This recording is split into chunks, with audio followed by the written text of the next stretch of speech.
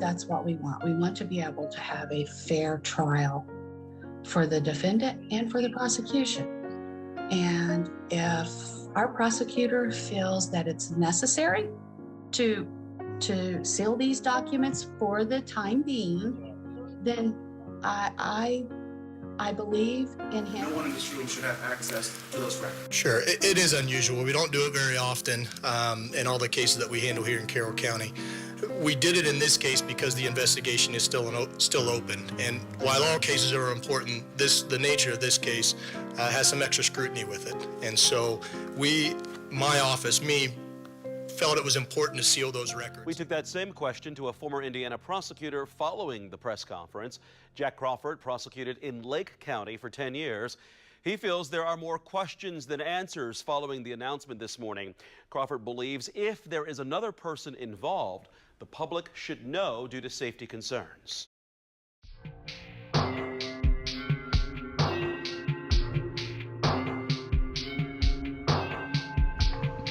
At the time of the murders in 2017, the Carroll County prosecutor was the well-respected and experienced Robert Ives.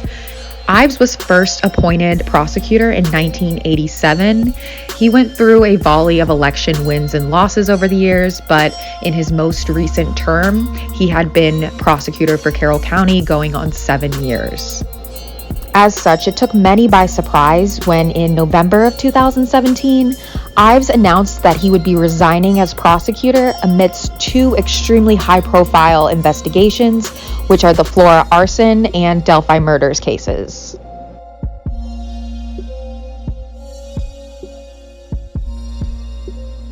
So after Ives announces he plans to leave his elected post, the county must elect a successor for Ives to replace his role as prosecutor. So instead of allowing any input from the citizens, the Carroll County Republican Party held a caucus to choose Ives' successor.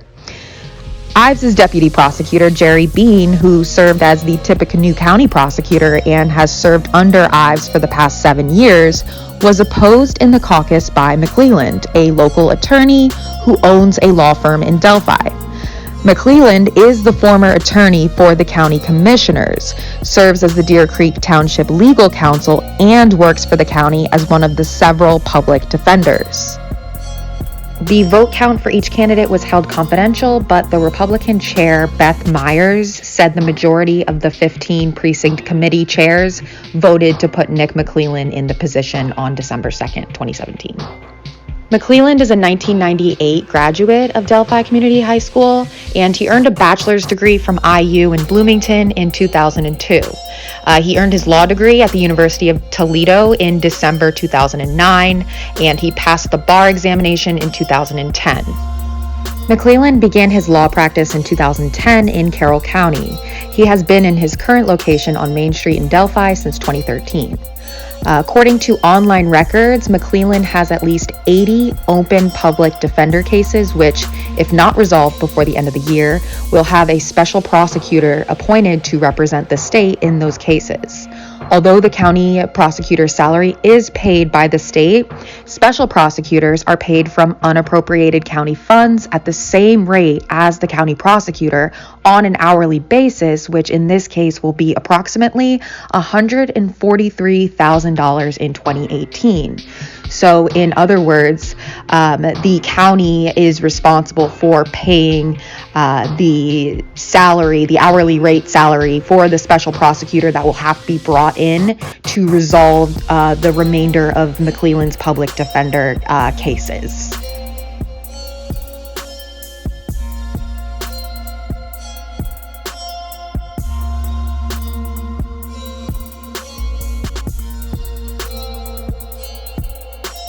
For all of us is to bring the individual responsible for these actions to justice. As Mr. Riley stated, we're not going to discuss the specific aspects of the investigation today. I've directed all law enforcement to review all requests with me, all public requests before a response is given. That is simply to protect the integrity of the case. My main goal is to protect this case, to make sure that we don't do anything to jeopardize trying this case once we have someone arrested. And so in that vein, please be patient with any request that you make. Please understand that when you make a request through law enforcement, that they've got to meet with me, and we're going to meet as a group and give you an answer if we can. An answer that we can give you that doesn't compromise, again, the integrity of the case. Again, I appreciate everyone's patience, and I know everyone has the same goal that we have. And again, that's to bring the individual responsible for these actions to justice. So I hope everyone understands and appreciates that. I hope everybody understands and appreciates the process, and hopefully we can work together. Media is an important tool that we can use.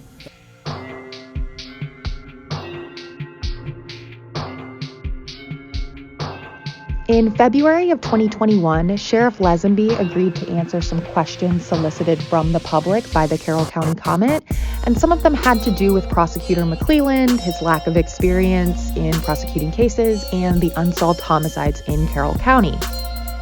One such question asks, the prosecutor fought in court not to release the 911 tapes of the Flora fire and won.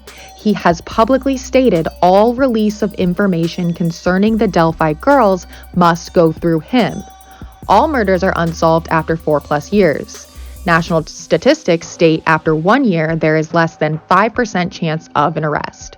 Is Carroll County doing the right thing by guarding information after 4 years, or are they endangering other children due to the prosecutor's office lack of experience based on your professional experience gathering evidence? Lesenby answers, I respectfully disagree with this statement as well. What we protect and keep close to the vest is preserved for the courtroom and trial. To release too much information would potentially taint a jury before trial even begins. The prosecutor only has one chance at prosecuting this case. I feel, as sheriff, I have been very open and accessible, at least to mainstream media, and I have answered most questions reasonably. Delphi Mayor Shane Evans, I would like to welcome you to Delphi, Indiana and Carroll County.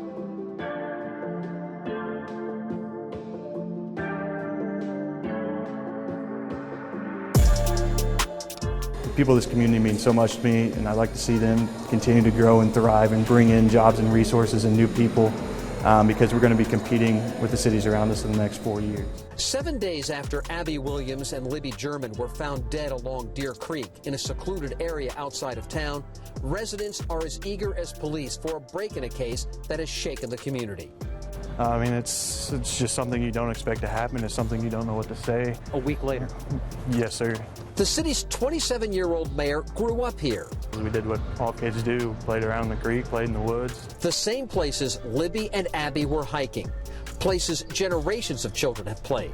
That creek is almost spiritual to the people of this community. It's something that every generation has grown up playing in. It's something that, I wouldn't say it's a rite of passage, but I think every child plays somewhere along the Deer Creek at one point or another in this community. Delphi is a small community. Stand anywhere in the nation with people standing behind me. Tallied, and the people of Carroll County have re-elected Shane Evans as mayor. Evans ran again as an independent. He was elected into his first term as mayor in 2015. Mayor Evans wants to continue momentum on updating and maintaining Delphi's infrastructure. One of the highlights from his first term was getting about $2 million in grant funds for road repairs. He says serving as mayor is all about giving back to those who gave to him. It's an honor to serve the city of Delphi, the place I grew up. The people in this community, that means so much to me. We're excited with the turnout. We're happy to get, I think, 701 voters here in the city of Delphi, and we're thrilled for what we're going to do the next 4 years. Evans won by 169 votes. As he leads Delphi into a new decade, he hopes to improve the housing stock in the city limits.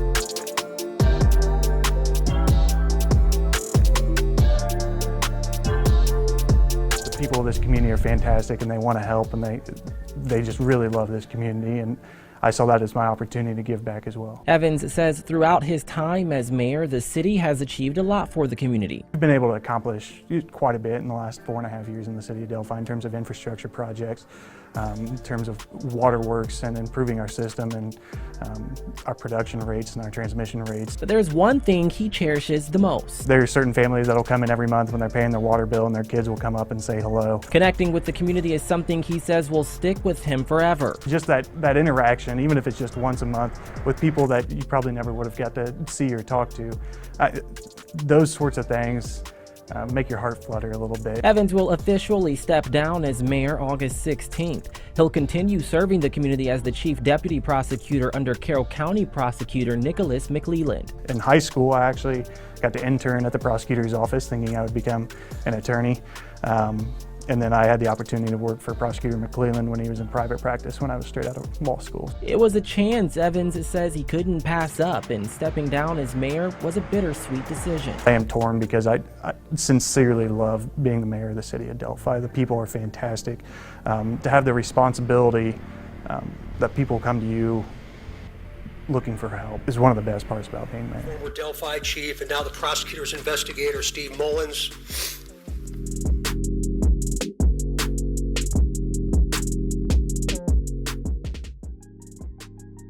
I think people are able to draw their own conclusions about this situation, and they are smart enough to figure out that what the situation warrants them to think.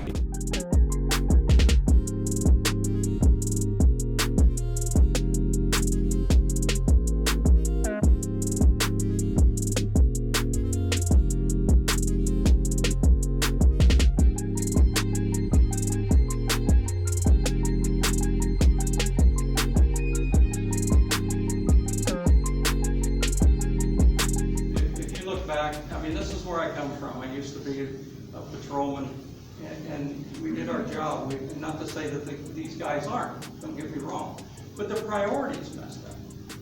You got 5,000 miles per month average, give or take, and then you've got 8 or 9 or 15 traffic tickets written. Do you realize how much that is per mile? It's atrocious, or how many miles it is per ticket. It's atrocious. The leadership is not where it needs to be. We don't, and you talk about the numbers of stops and the numbers of tickets and warrants. We're going to get sued. I mean, that's flat out all there is to it. Eventually we're going to get sued. And here's why. When you stop 42 cars and you only write 13 pieces of paper, you've got all these other people up here going, why was I stopped? Well, he said because I was speeding, but I wasn't. And you've got all this other stuff. If you write them a paper, and I'm not advocating writing everybody a ticket, don't get me wrong, but they ought to at least have a written warning. And that documents that stop. That puts that stop into the category of being legitimate. And if you don't do that, then people are always questioning. And you're going to end up getting sued, and that's a fact from the academy. And we've got to do better with that. Spence? Don't get defensive. Say your name. I'm Spencer. I live up on Heritage Drive. As far as the ticket goes and ticket to warning ratio and stuff like that, everything's documented in our CAD. So not everyone always gets an actual piece of paper, but every reason for the stop is documented. So that way that prevents the suing part of it. So my question is, speaking of leadership, you know, as a mayor, you get to appoint the chief of police. Who would you appoint as chief of police, or would you keep the same one? I'm not getting into personnel issues. I don't think that's appropriate. I don't think that's fair to anybody. So I appreciate your question. James, you want to do it? I'd love to keep Steve Mullen as chief of police. I think he's, no offense to you, Spencer, no offense to you, Deputy Baines, I think he's the hardest working police officer in Carroll County. The knowledge that Steve Mullen has in terms of his interrogation, his interview skills, his ability to communicate with people, I think Steve is top notch, and I bet if you asked almost any other officer in Carroll County, they would say the same thing. Steve works day in and day out. He's up as early as could be, reading reports. He'll come in the middle of the night if you have a situation. Steve really is top notch. The community of Delphi has some new leadership taking over in the new year, 2020. And the town has a new police chief, and I had the opportunity to sit down with the new chief, who says he's looking forward to leading the department. The tight-knit community of Delphi has a strong sense of family. We're all fairly close, and that's what we want. You know, that's kind of a nice thing about small departments, more of a family kind of environment. Brooke McCain has been with the Delphi Police Department since 1990. He took over as police chief on Wednesday. Former Delphi Police Chief Steve Mullen resigned for a different position. Chief Mullen that was with us, he took a position with the Carroll County Prosecutor's Office. He's an investigator. It's a new position for the Prosecutor's Office. McCain says the Delphi Police Department is better at what they do thanks to former Chief Mullen. He brought a lot of skills to the department, and he's always one of those that shares those. And all of our guys are better investigators just being able to have working under him for the time he was here. And while McCain is looking forward to taking on the new role, I want to be able to just be involved in the community like he was, and be there for the officers. he says don't be surprised if you still see him patrolling the community. With 7, when we're fully staffed, you got to utilize everybody. So it's not uncommon. It won't be uncommon for me to go out and work accidents and write citations and things like that.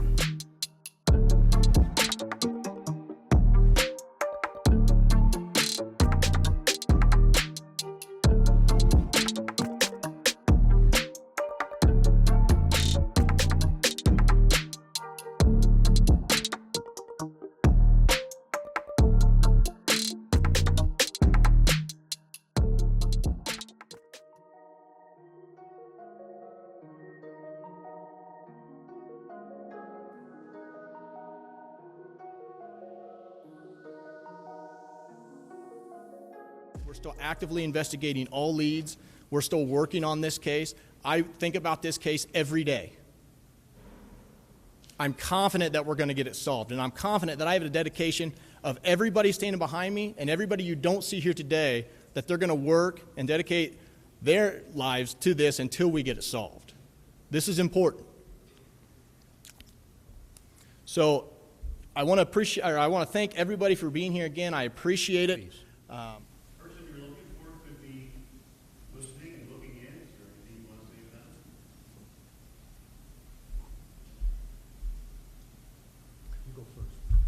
Thank you. Well, I guess I'm confident we're going to solve this case. So I'm confident that if he's listening in or she's listening in or whoever it is, that at some point I'll be sitting across from you in the courtroom. And so about all I can say about it, but I'm confident we're going to resolve this case. I'm confident we're going to get an arrest, and I'm confident we're going to solve it. So. I'm sorry, I've got to take a stab at that.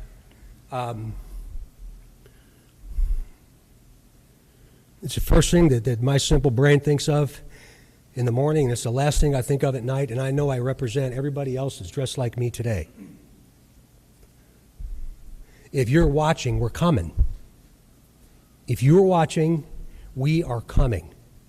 This county of Carroll and all that has happened here and all of the sadness associated with this county is unacceptable in a civilized society.